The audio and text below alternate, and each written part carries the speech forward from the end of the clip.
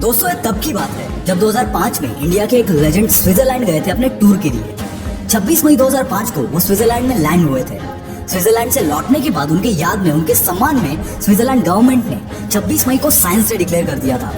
दोस्तों आप समझ ही गए होंगे मैं किसके बारे में बात कर रहा हूँ। जी हाँ दोस्तों, आज की इस बिग शॉट सीरीज में हम बात करेंगे हमारे missile man APJ Abdul Kalam जी के बारे में, उनकी लाइफ की जर्नी और ऐसे ही कुछ इंटरेस्टिंग किस्से अपने अंदाज में मैं आज आपके साथ शेयर करूंगा। एपीजे अब्दुल कलाम जी का जन्म तमिलनाडु के रामेश्वरम शहर के एक छोटे से गांव धनुषकोडी में एक बहुत ही गरीब परिवार में हुआ था, जहां उनके पिता एक छोटी सी नाव चलाया करते थे, जिससे उनकी फैमिली को मुश्किल से 2 वक्त की रोटी नसीब होती थी। उनके घर में कोई भी पढ़ा लिखा नहीं था, लेकिन उन्हें बचपन से ही पढ़ाई लिखाई का बहुत शौक था। गरीब होने के बावजूद उनकी फैमिली उन्हें पढ़ाई के लिए पूरी तरह से सपोर्ट करती थी। लेकिन एपीजे अब्दुल कलाम जी हर सुबह स्कूल जाने से पहले न्यूज़पेपर बेचा करते थे, ताकि उनकी फैमिली पर उनके पढ़ाई का ज्यादा प्रेशर न आए।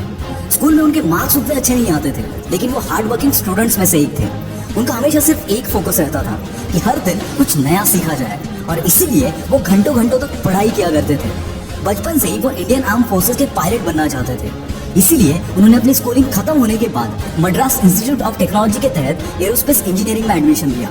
ये किस्सा तब का है जब वो मद्रास इंस्टीट्यूट ऑफ टेक्नोलॉजी में पढ़ रहे थे। उस वक्त वो एक सीनियर क्लास कॉलेज के प्रोजेक्ट पर काम कर रहे थे, और उस प्रोजेक्ट के प्रोग्रेस को लेकर कॉलेज के डीन उनसे बहुत गुस्सा हो गए, और उन्होंने एपीजे अब्दुल कलाम जी से कहा कि अगर 3 दिन में ये प्रोजेक्ट कंप्लीट नहीं हुआ तो मैं तुम्हारी स्कॉलरशिप कैंसिल कर दूंगा। ये बात सुनकर एपीजे बहुत घबरा गए, और उन्होंने दिन रात बैठकर 3 दिन के अंदर उस प्रोजेक्ट को कंप्लीट कर दिया। ये देखकर उनके डीन बहुत खुश हो गए, और उन्होंने एपीजे अब्दुल कलाम जी से कहा कि मैं जानता था तुम्हें वो काबिलियत है, लेकिन मैं ये देखना चाहता था कि तुम में मुश्किल वक्त को सहन करने की क्षमता है या नहीं। कॉलेज खत्म होने के बाद जब एपीजे अब्दुल कलाम जी ने इंडियन आर्म फोर्सेस में फाइटर पायलट के पोस्ट के लिए अप्लाई किया, उस वक्त सिर्फ 8 वैकेंसीज ओपन थी, और बदकिस्मती से उनका 9th नंबर आया और वो आर्म फोर्सेस के लिए सिलेक्ट नहीं हो पाए। जिसके बाद उन्होंने defence research and development organisation यानी कि DRDO ज्वाइन की, जहाँ वो छोटे से होवरक्राफ्ट डिजाइन किया करते थे। लेकिन वो DRDO में अपनी जॉब से खुश नहीं थे, क्योंकि उन्हें वहाँ कुछ नया सीखने नहीं मिल रहा था। तभी उनकी मुलाकात हमारे इसरो के फाउंडर विक्रम साराभाई जी से हुई।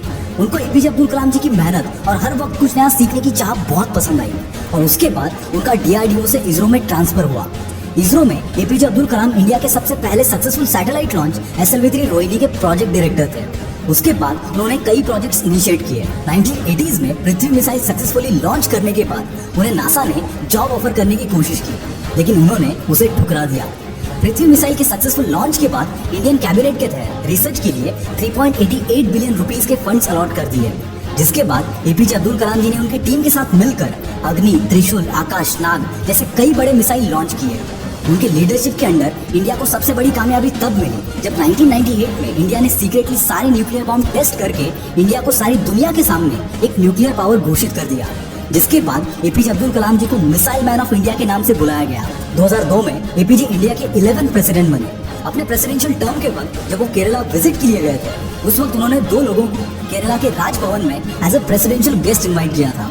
वो 2 लोग कोई बड़े सेलिब्रिटी नहीं थे, बल्कि एक चपरासी और एक छोटे से होटल का मालिक था, जिनके साथ उनके त्रिवेंद्रम में काम करते वक्त दोस्ती हो गई थी। ऐसा ये किस्सा 2005 का है, जब उनकी फैमिली राष्ट्रपति भवन में रहने आई थी।